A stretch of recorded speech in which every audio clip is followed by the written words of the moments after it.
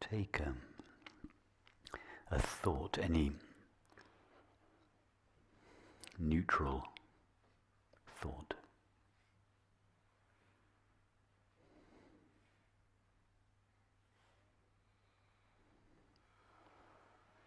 For instance, take the thought, what a beautiful day it is at Buckland Hall. And just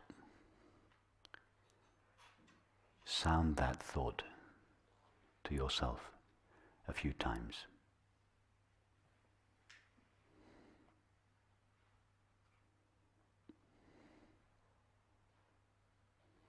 Now ask yourself the question,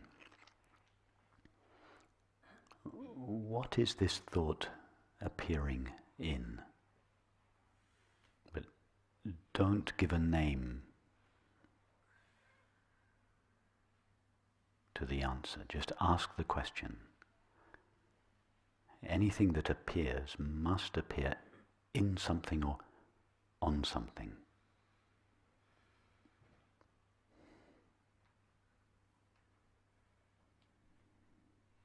So just sound these words to yourself. Don't be interested, the words are not particularly interesting. Be interested in the medium or the field in which they appear. They must appear in something. And if we are experiencing the words, we must be experiencing whatever they appear in.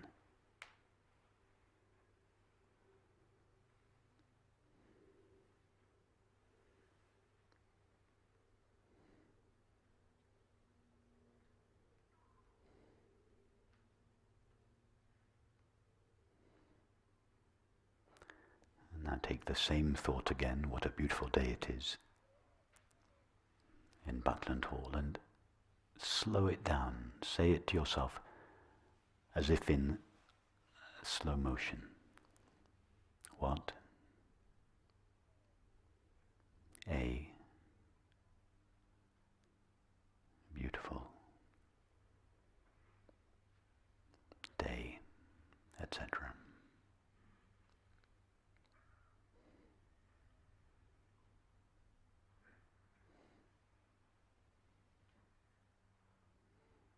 And now ask yourself the question,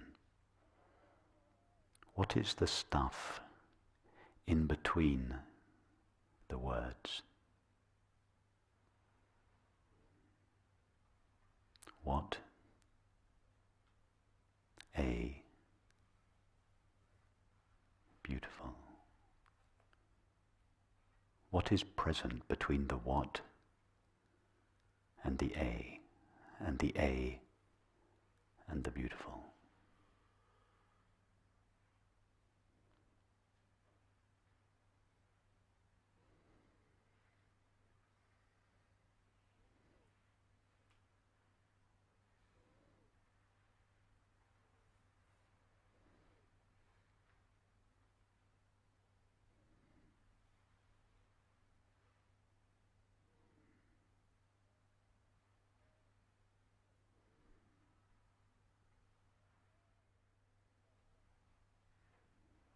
We could say that what appears, or what is present between the words is a kind of space which is obviously inherently empty of words. It is the space between the words. So it is an empty space.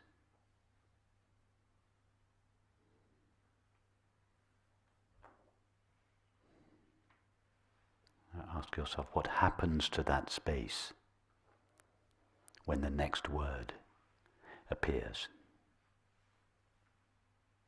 What a beautiful.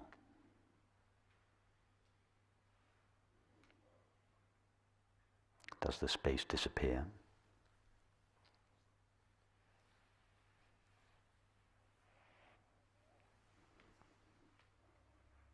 Or does it remain present?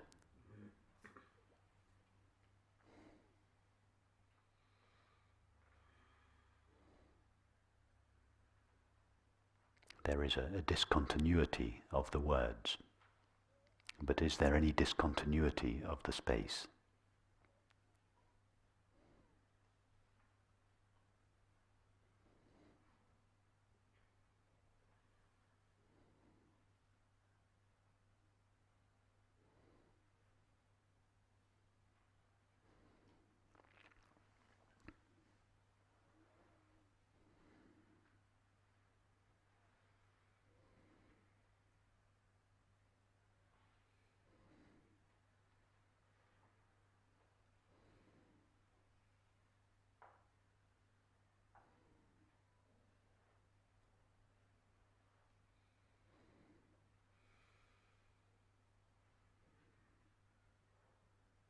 When we write a thought on a piece of paper, all the words are present simultaneously.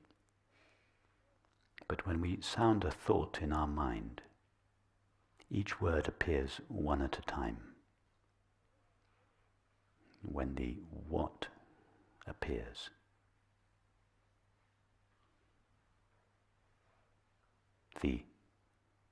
a beautiful day it is has not yet come into existence. And when the A appears, the what has vanished.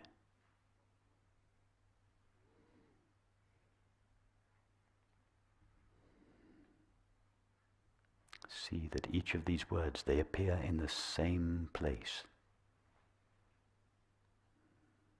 They are not spread out in time, they appear in the same place.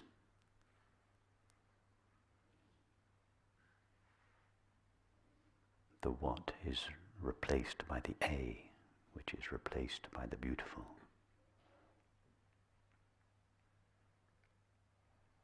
Ask yourself the question, where does each word come from? What does it emerge from?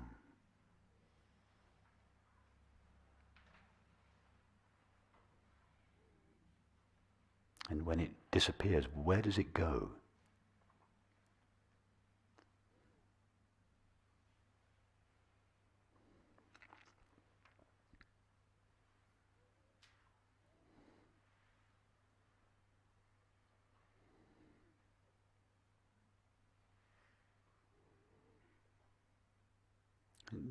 Do you experience the word being put into this space from the outside?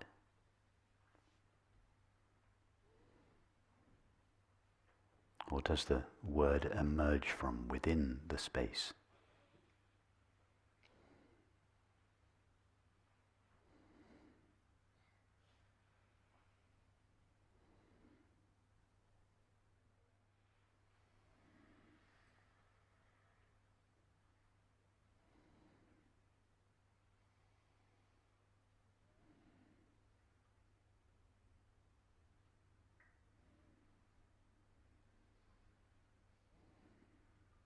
And now allow the tingling, pulsating sensation at the soles of your feet to come to your attention.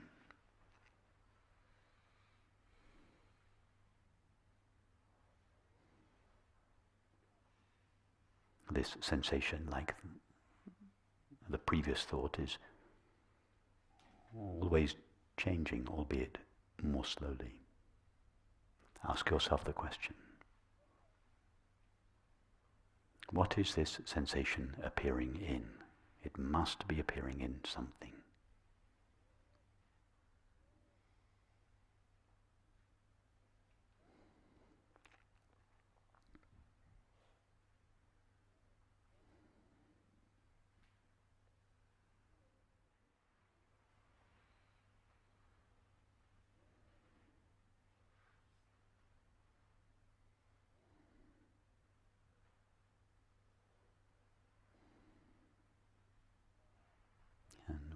Whatever the sensation is appearing in is itself inherently free of sensation.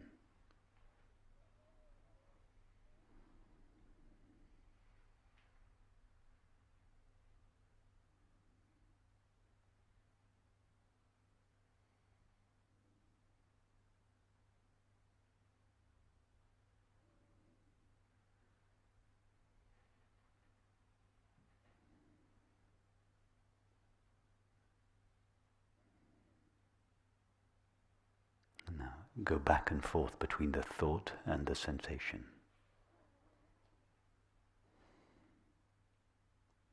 Travel with your attention from the thought to the sensation and back again. Ask yourself the question, is my attention traveling always in the same field or space?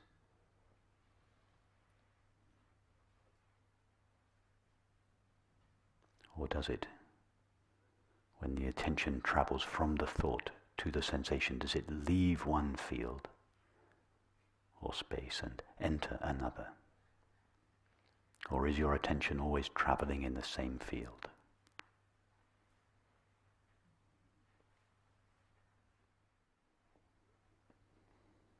And now allow whatever sounds are present to come to your attention.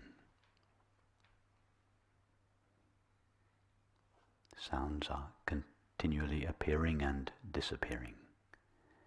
In what?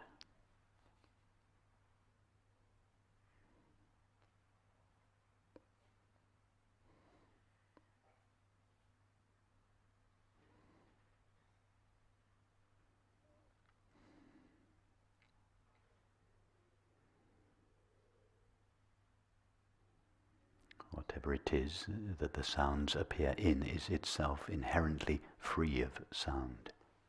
It is as such empty.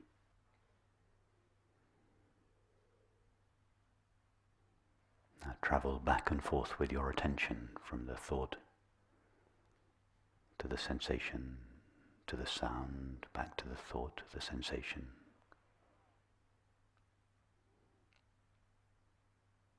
Don't be interested in the particular objects. Be interested in the space in which these objects are appearing. Do they appear in the same space, the same field, or three different fields? Be very experiential. Don't think about this. When your attention travels from one object to another, do you ever encounter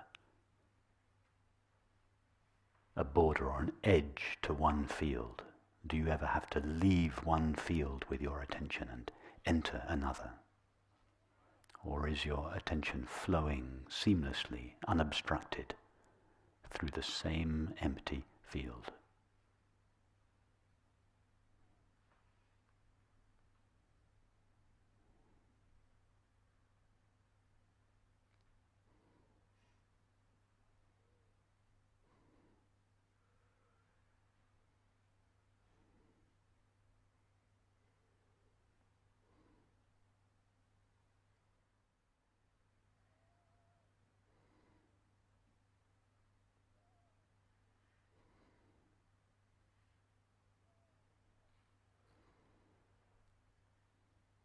Would it be possible for any of these experiences, the thought, the sensation, or the perception, to appear or exist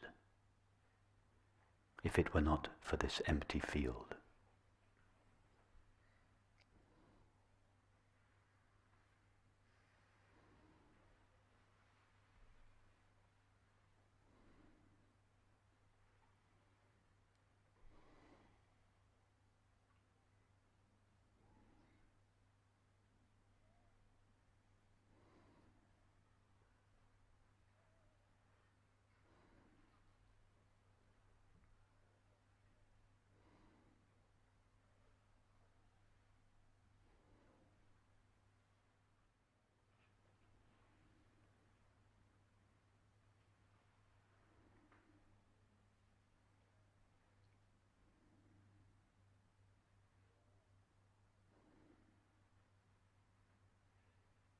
This empty space in which our thoughts, sensations and perceptions appear is the empty self-aware field of awareness. That is not some extraordinary, mystical or spiritual idea. It's not an extraordinary experience that a few people have special access to. It is simply description of our current experience.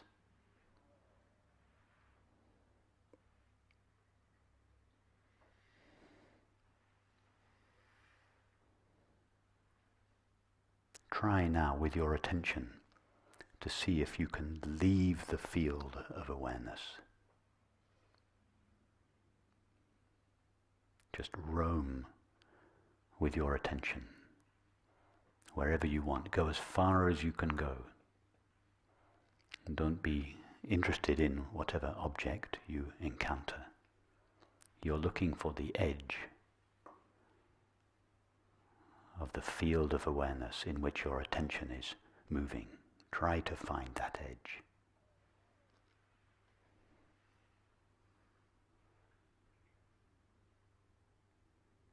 Listen to the sound of the plane, for instance.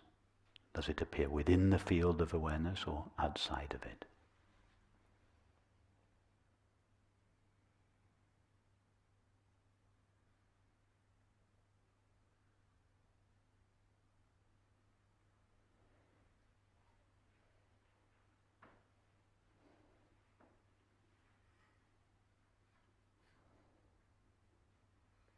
And when the sound disappears, does it go to a place outside awareness, or does it dissolve into awareness?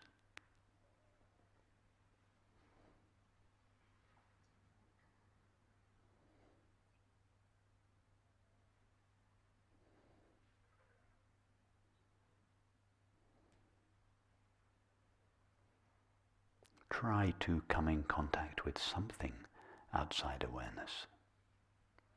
Go wherever you want in your imagination. Imagine any extreme of experience. Can you find any experience that takes place outside awareness?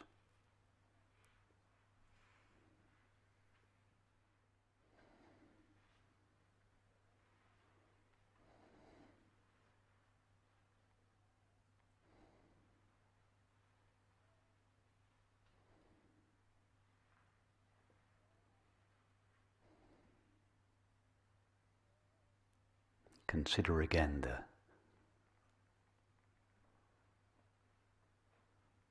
fundamental presumption of our world culture. First of all, there is time and space, then matter, then the world, then the body, then the brain, then the mind, then awareness. Awareness, this fleeting, fragile, insubstantial, intermittent experience that is a byproduct of brain activity. Consider this idea and measure it against your actual experience.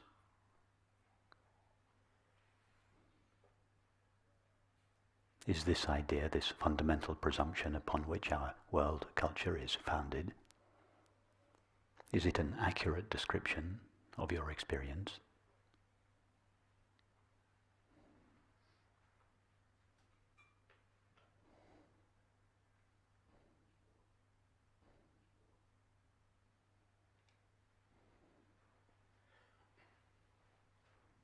Is your body, is awareness an experience in and a byproduct of your body, or is your body an experience in and a byproduct of awareness?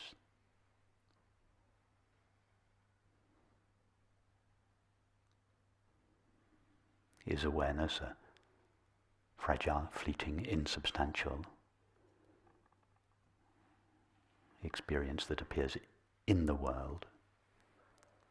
Or is the world a series of fleeting, insubstantial, intermittent perceptions that appears in awareness? What is your experience?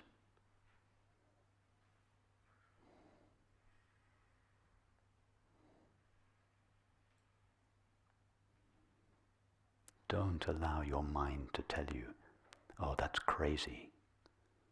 How could the world possibly appear in dimensionless awareness?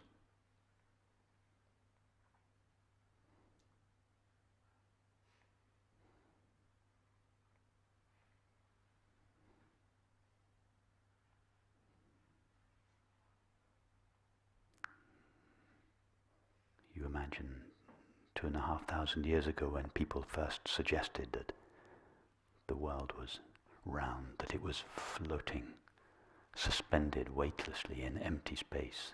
Can you imagine what people thought, people who thought the earth was flat?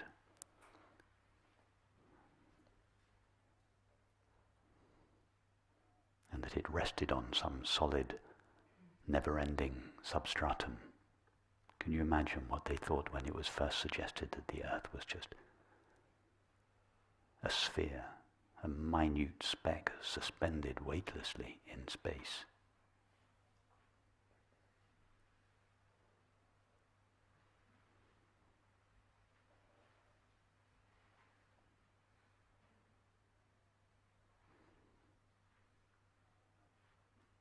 What I'm suggesting is no less extraordinary than the fact that the earth is like a speck suspended weightlessly in empty space.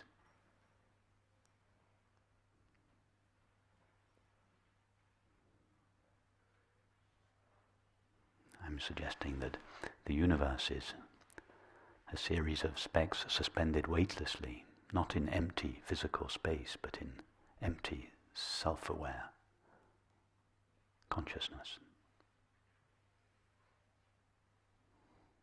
Is it so strange?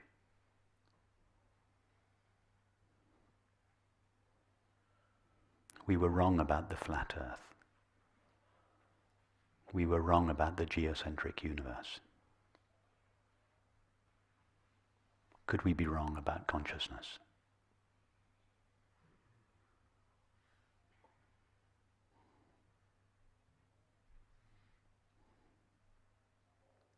I mean, are human beings so smart? Look around our culture. Are we so intelligent?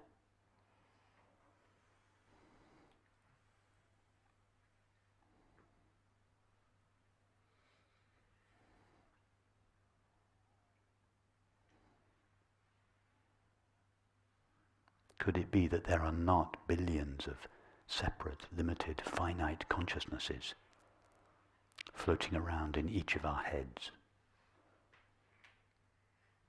Could it be that there is one borderless, infinite consciousness in which each of our minds are appearing?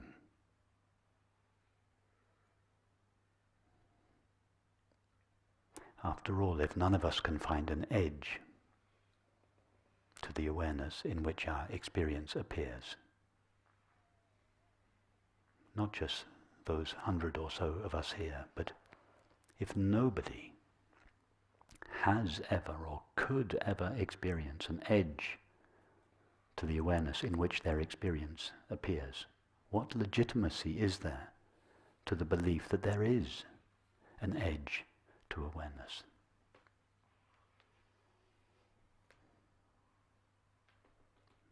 There is no legitimacy to such a belief. It is simply a belief. It is a religion.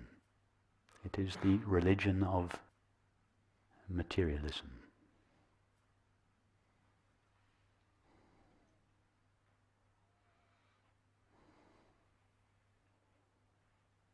As ignorant as the flat earth or geocentric universe ideas.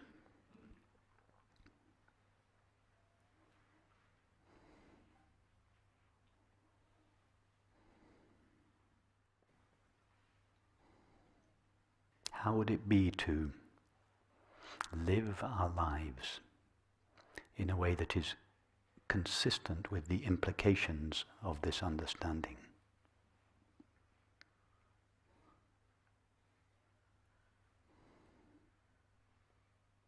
How would it be to lead a life that was consistent with the understanding that there is one limitless awareness, and that limitless, indivisible, infinite awareness shines in each of our minds as the knowledge I am, or the feeling of being.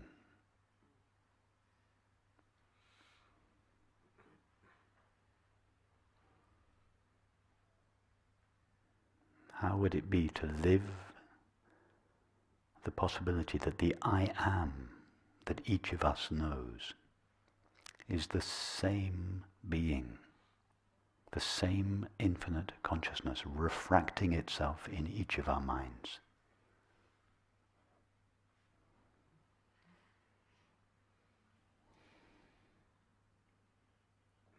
Could it be that the experience of love is this knowledge of our shared being? After all, when we feel that we love one another, or we feel we are in love, isn't that what we feel? Don't we feel, I am one with you. I am you.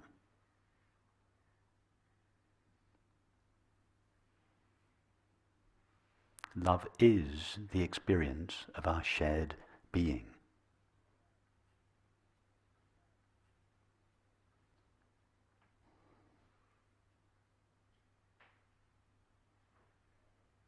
The reason we long for love,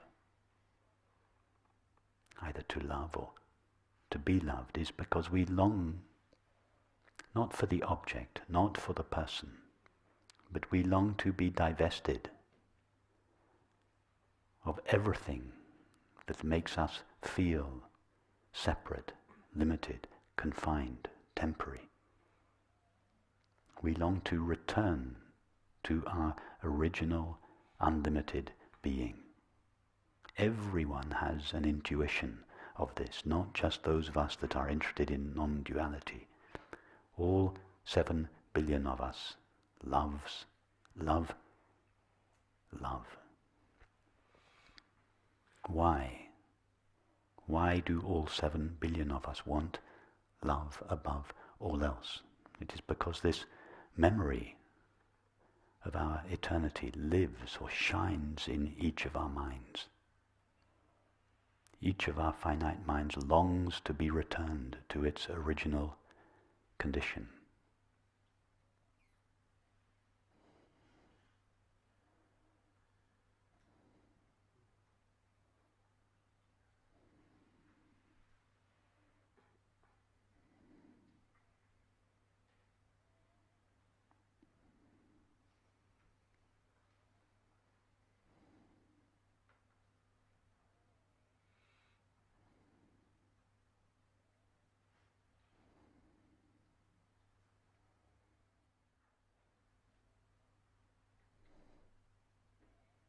Our experience doesn't take place in time and space.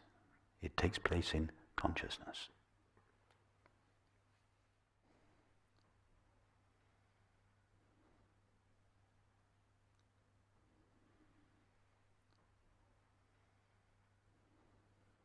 This is not an extraordinary mystical idea. It is simply a description of our experience.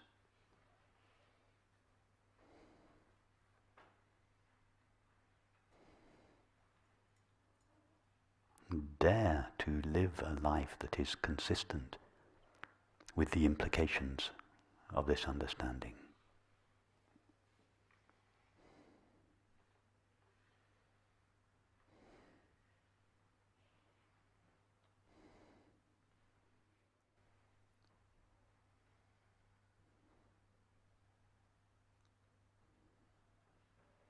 When a character in a movie walking in the landscape looks around herself, she thinks that she sees space, 3-dimensional space. From her limited point of view, it looks like 3-dimensional space. She doesn't realize what appears in her world as three-dimensional space is in reality a two-dimensional screen. Likewise, from each of our limited points of view, we think our experience takes place in time and space. It doesn't. It takes place in dimensionless consciousness. Time and space is just what dimensionless consciousness looks like from the point of view of our finite minds. Don't expect the appearance of time and space to disappear, but don't be fooled by it. Our experience appears in infinite, dimensionless consciousness.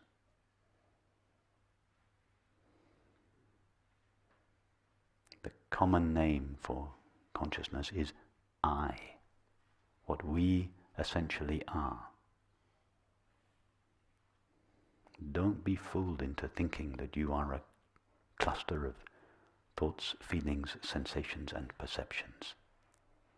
These are just pinpricks floating in the sky of awareness, the self-aware field in which all experience appears and out of which all experience is made.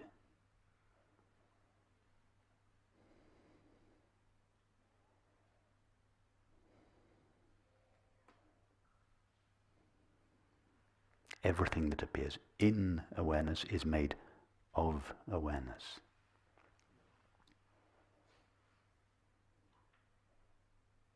The existence of things doesn't belong to things. The only one that truly is awareness. Just as the landscape in the movie borrows its apparent reality from the true and only reality of the screen, so the apparent reality of all objects and selves is borrowed from the only reality that truly is.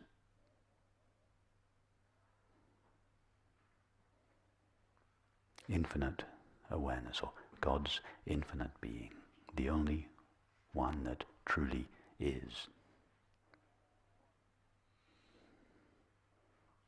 The sense of I am, or the feeling of being, is a reflection of God's infinite being in each of our finite minds.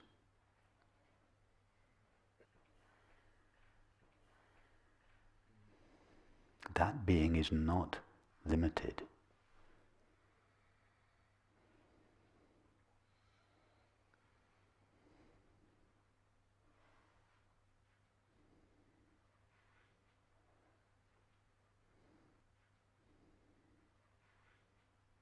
It appears to share the limits and the destiny of the body, just as the screen appears to share the limits of the characters in the movie.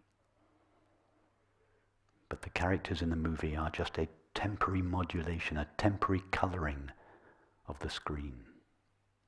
All experience is a temporary coloring of the self-aware screen of pure consciousness. Nothing limits consciousness. Consciousness is one seamless, infinite, indivisible whole. There are no parts, no objects, no selves, no divisions, no limitations in consciousness itself.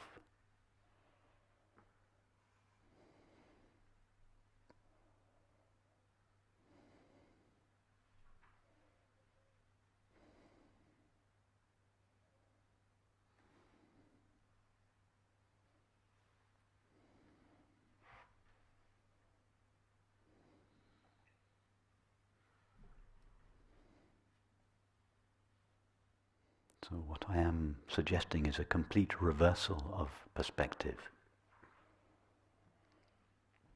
But it is not one that comes from abstract philosophical thinking. It is one that comes from rigorously exploring our experience.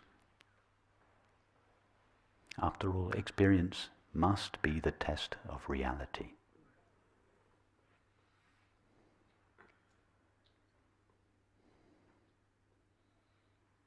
I don't have any special access to this reality. I have just explored it very thoroughly and am making the pathways along which I explored available to other people to travel.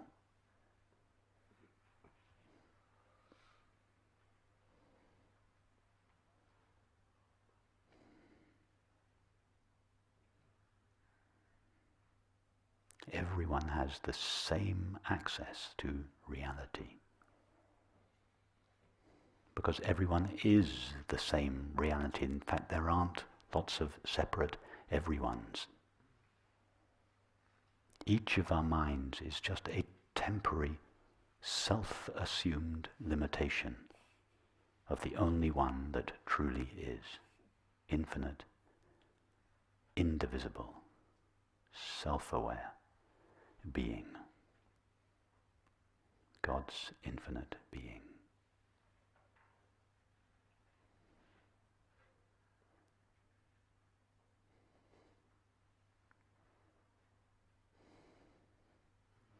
All that is required is to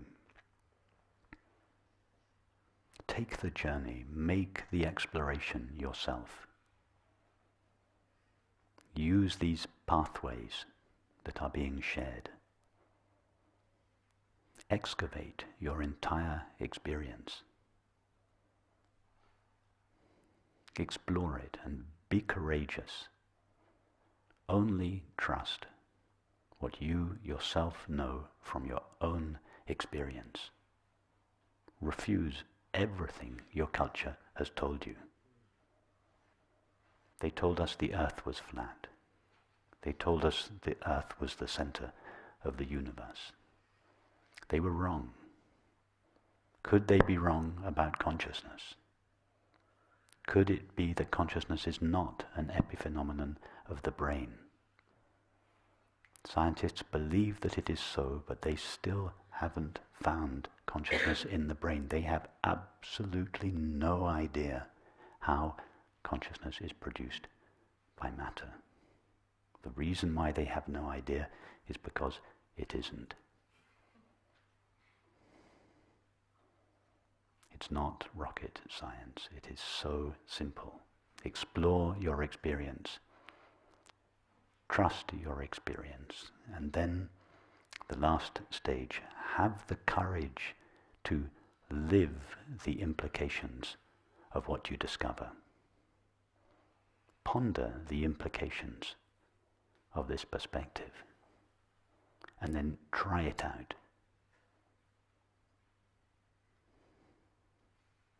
To the best of your ability, think, feel, act, perceive, and relate in a way that is consistent with whatever you discover.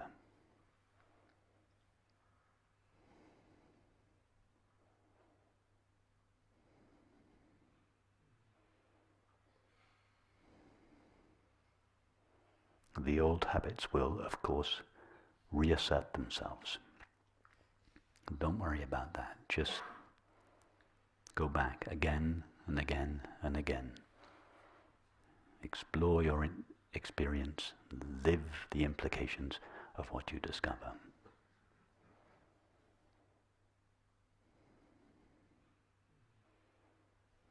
And the more we make this exploration and the more we try to live its implications, the more this picture fills out. It's not just one discovery, it goes on and on and on, revealing itself.